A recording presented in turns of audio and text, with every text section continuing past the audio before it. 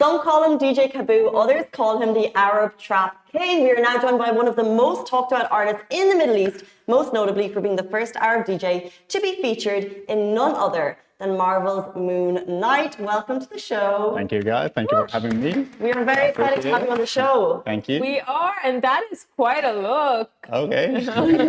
Trying to represent. Represent The region. the region. Let's say that. And you're from Egypt, right? So yeah, born and raised in Egypt, based in Dubai. Nice. And then Casey mentioned earlier that one of the websites got your nationality wrong. They said you're an American rapper. Yeah, I saw one of the websites actually when I was searching, when Regulation. Marvel released Moon Knight, and then some of the websites, they always give the credit to the artist who did the music. So yeah, one of the websites said he's an American artist, so that this 1, 2, 3 to Marvel, but no, I'm not. I'm born and raised in Egypt. Born and raised in Egypt, and now you're making music in Dubai. That's picked up internationally. Exactly, that's what we're aiming for. Let's get back to it. So, DJ Kaboo, tell us first of all, you introduced yourself as Kaboo. Tell us about your name. Okay. Kaboo, normally it's like kind of slang thing in Egypt back home. It means the boss, because I used to be that type of guy that everybody follows. Like, you guys, you want to do a party? That's the guy that will follow. Interesting. At the table. Yeah, so that was kind of a nickname since I'm really young. So Oh, so trendsetter from a young age. kind of music theater, let's say, yeah. So it was like follow the leader with you back in the days. You say they do. It is that type of way, yeah. So like, if there's someone's birthday, I'll be the one who's like arranging everything when it comes to the music. I'll be the one who's taking all the young kids and we like gather somewhere and like I play the music. So Okay, so if there were road trips, you would be the head planner. big time. And then is that how you kind of got started in the music industry? Because you were kind of like planning plus arranging. You're like, oh, this tune is good, but I could do better. So no, how I started was like one of my friend, a close friend from the school, his brother was a DJ. So one time I went to his house. I remember I was like almost like 12 or 13 years old. I went to his house and I saw him like DJing with a DJ equipment, and I was like fascinated about what is he doing. It is crazy. In a young age, that was in the 90s. I was like, that's amazing. Like, you know, sometimes something click in your mind. Oh, I want to be like this. Yeah. Like, so like when I was like 12, 13, I was like, you know what, this is what I want to be. And literally from there, I asked my friend to ask his brother, was like maybe 10 years older than me. I thought, listen, I really want to learn.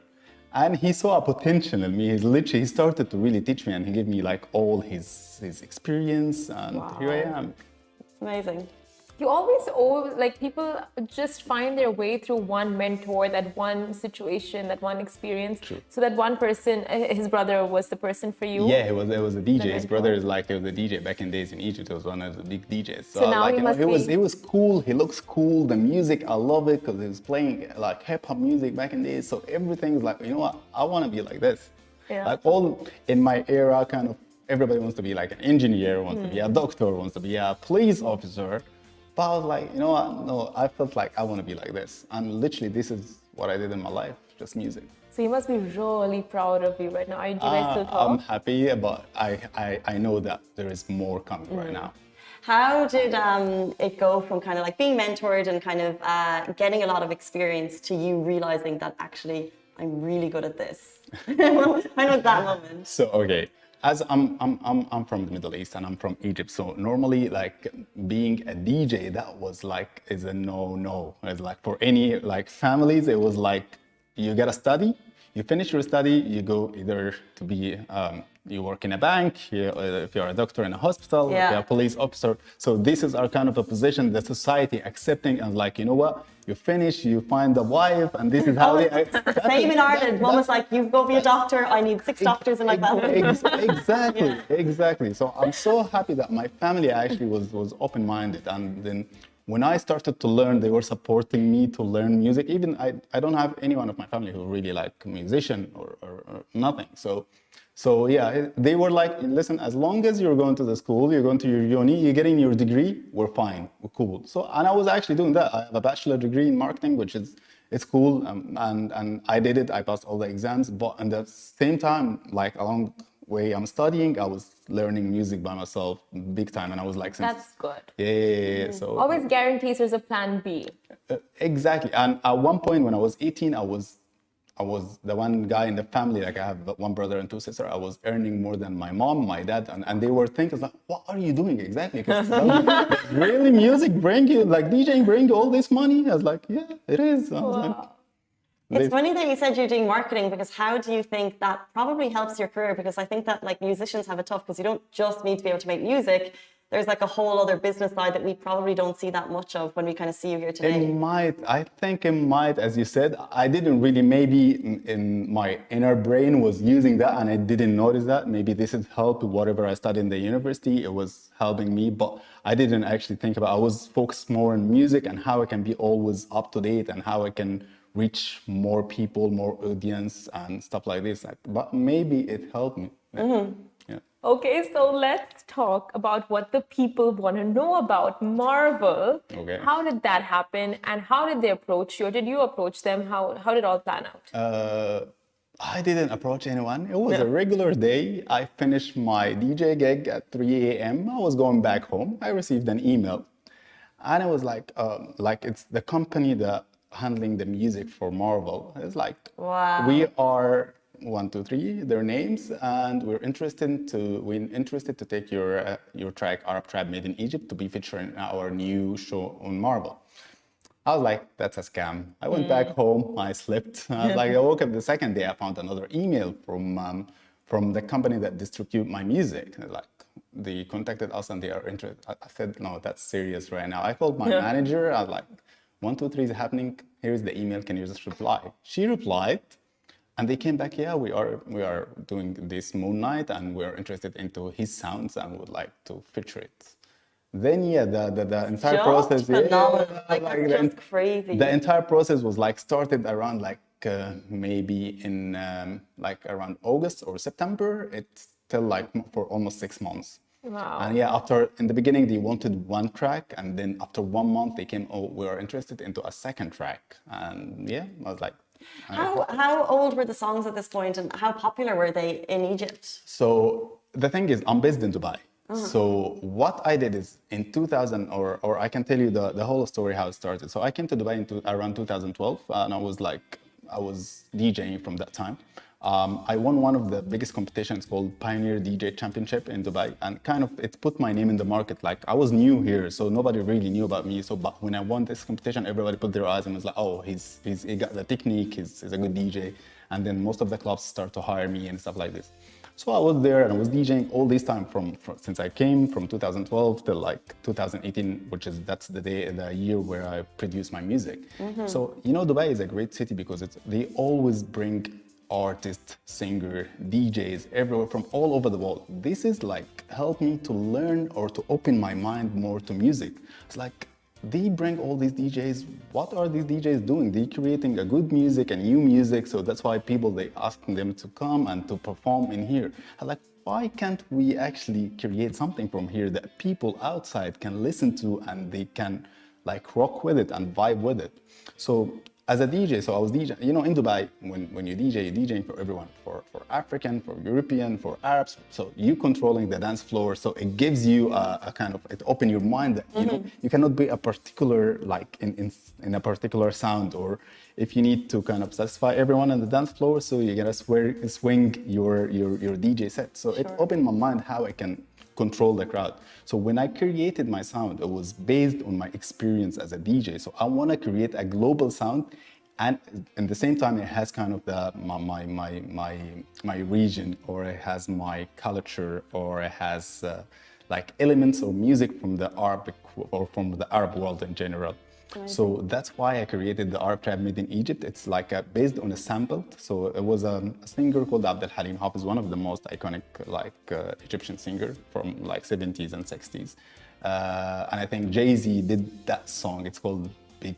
Jay-Z, he did it in back in days. Yeah, Jay-Z and Timbaland, they did it, and it was very popular. But they sampled it from our library, from like the Arabic music library. So I took it as well, the original one, and I resampled it again, but in a very new trending beat that everybody will listen to it. It's like, oh, I like it. Yeah. And I started to test it out on the festival and the clubs where I DJ, and people were accepting that. And when I released it in 2018, a lot of like trap or music charts, they were like recognizing this sound. Oh, that's a great sound. And 2018, 2019, I produced another track under the same genre. It's called Arab Trap. Around like then the pandemic came around. During the pandemic, I produced an entire EP of 7 songs. And I put it out. It was cool. Like it was like there was a lot of fans that they liked. But and then right now 2022 is one of the most like The year. yeah, it's the year that like right now everybody started to click with the Arabic sounds. And I believe that's my vision. I would like to highlight the Arabic sound right now to go global. Arabic sound been amazing, but the only problem was not traveling a lot, was not reaching to a lot of people outside. It was almost importing the music from the US, from Europe to here, and even the new generation or a lot of artists, they were like trying to copy what's happening outside. But with your songs featuring on Moon Knight, you've done that. Like you've done it in one, like Marvel coming like global, like, you know, and they have, people are obsessed and you've literally reached an international audience. How does that feel? I felt like To do your vision, like your vision is done. it was really like I can't really express how happy I am. Like from all the entire region, they choose my song. That's something very, and it's Marvel. Like it's something, it's Marvel. You can not like you won't believe it. It never happened before in the history, the entire history of that. So that's something really big. So when it happened and it showed, and then I started to see like the spike on my Spotify and the YouTube and the comments, like people were going like crazy about the song. It's like, this is a crazy sound, we love it. And people that they are not Arab, like Arab definitely loved it and they supported, because when they heard the music on Marvel, they was like, wow, like it's a goosebumps. It was a goosebumps, especially, you know, Marvel never put any Arabic music on their theme logo. The iconic theme logo of Marvel with all the superhero, they never put any type of music in there. And it was for the first time to put an Arabic music on their theme logo. So when everybody heard this, like, it was a shock. It was really a shock. So everybody started to Google who's that artist, a lot of people. And then I'm like, my YouTube went crazy. Shock and pride. Yeah. So I was, until now, I was still living it. I was like, I'm still living it. So I'm really happy that I was able to make our sound go global, because if you notice for the last few years, for example, Afrobeats went really global. Everybody started to listen to Afrobeats. You know, that's amazing. I love that. You've got the Latin music went viral, even though you don't understand the lyrics, but you love the music. 100%. So I think it's time right now for the Middle East to export their sound. Yeah. So if you notice, you have Dubai, you have Saudi Arabia, Egypt, Qatar, everything is happening around this area. Festivals in Saudis, Expo in Dubai, World Cup in Qatar, Egypt is rising. So I think it's time to rise our local talent and our local music to the entire world right now. For sure. Couldn't have said better ourselves. So when you DJ, do you have your DJ moves? Do you have your signature move? You know, it's a funny, I'll tell you, it's a funny because how you guys might not notice, but all the DJs notice, it's like everybody try to count the beat in a different way. Like you will find some DJs that just like always counting the beat like this. Some people just move their hips, like you'll find some people moving like this. Some people are always like doing their hands like this. So if you guys notice, you will actually... Oh, that's for counting the beat? Yeah, it's counting the beat. That's why I was like... Just the move. So we're mixing 2 songs, so we need to count the beat. So the funny part about it is like different DJs do it in a different way. Like somebody moving their legs, somebody moving their hips, someone moving their head. I normally I move my head. I like to. So, yeah. I can't count a beat. I physically can't count a beat. Yeah, like I can't clap. You know, I cannot clap. I can clap, but I can't count. You're from those type of people that go offbeat when you see them on the dance floor. Come on, it's like. Oh, you should see me. I'm just like arms and like this is it. This is all I have. I love dancing. She is the greatest river dance Irish dancer you will ever meet. That's not true. Exactly. That's a total lie. No, she's just being humble. But you know, Richie, our videographer, he beatboxes really well. Okay. Do you beatbox? No. No? So anytime he beatboxes, he's like, oh, clap along. And anytime anyone in the office claps along, it's so offbeat, he just gets so annoyed. He's like, never mind. It is. When it's offbeat, it's like that. It feels like it's offbeat, you know? Yeah. Who else is doing it? So, for example, you think it's the time for our music to hit international stage. Who is joining you? Like, who are the other artists that you think that you guys are going to like pull it up internationally? there are a lot of talents, especially in Egypt, in Dubai, in Saudi Arabia. There are a lot of new talents coming up right now. I can't in particular say a certain name, but just an advice, try not to copy what's happening outside and be creative and do something with your own sounds. Yeah. Like if you come from Egypt, see what is the sound of Egypt and try to make it more electronic, more like understandable for everyone. As well, if you live in Dubai, that's improve your sound. That's the only way that you're gonna be unique. But if you're just gonna copy paste, it won't take you anywhere. It will keep you in your 100%. circle, but it won't take you anywhere. But trust me, the upcoming period right now, I think the entire world eyes are in Dubai and Middle East. So you will find a lot of big artists coming right now. Speaking of copying, have you seen any copycats? People trying to copy your music and your tunes online? So right now, because it went global, so I can find in the YouTube, a lot of people are start to copy the same genre, Arab trap, and they start to create kind of stuff, but Similar sound. they can't. even if they can, if you are a creative person, you will always come up with a new idea that you will be ahead of them. So let them, that's normal. People can copy, that's normal. But how can you be unique, which is you can be ahead of the game? That's the key. Our time is coming to an end. But right before you leave us, what's next for you? Like, are you working with Marvel on, I don't know, the next project or? The next project, as I always say, as we have always a global DJs like DJ Snake, Marshmello, and Black Coffee, for example, these are representing the region big time. So I'm working on a new album as well, and there is a massive collaboration on it that I'm trying to put the region as the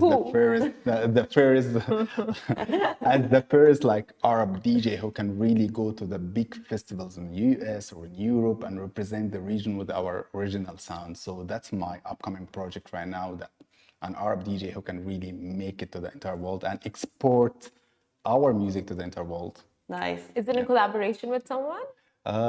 You will come to know. Write it down. Toss it on the table. I wish I could. It's the same like Marvel. I knew it for like almost 9 months, but I couldn't talk about it. Can you imagine that? Okay, give us Who could you tell? Could you tell your mom, your friends? No. We need a hint. Give us Did You knew? She knows. Loyal She knows friend. most of the Okay, time. so we're going to need to talk. We'll go out. Okay, look, we're going to be pestering you for that information for a little bit of while, but thank you for joining us and thank you for raising the game in the Dubai music scene internationally. It's super exciting for us. It's a super proud moment, and obviously for you, this is absolutely massive. Thank you guys for Thank you so having much me. for joining us. Okay. Guys, watch our TikTok because we're going to pretend this is the DJ desk right after, DJ booth. Stay tuned. That is it for us on the Lovin Dubai show. We'll be back with you tomorrow morning, same time, same place, except for Simran, who's leaving us for holidays. Holidays, yes. Bye from me. Thank Goodbye. you so much. Thank you guys for having me. That was awesome. Thank you.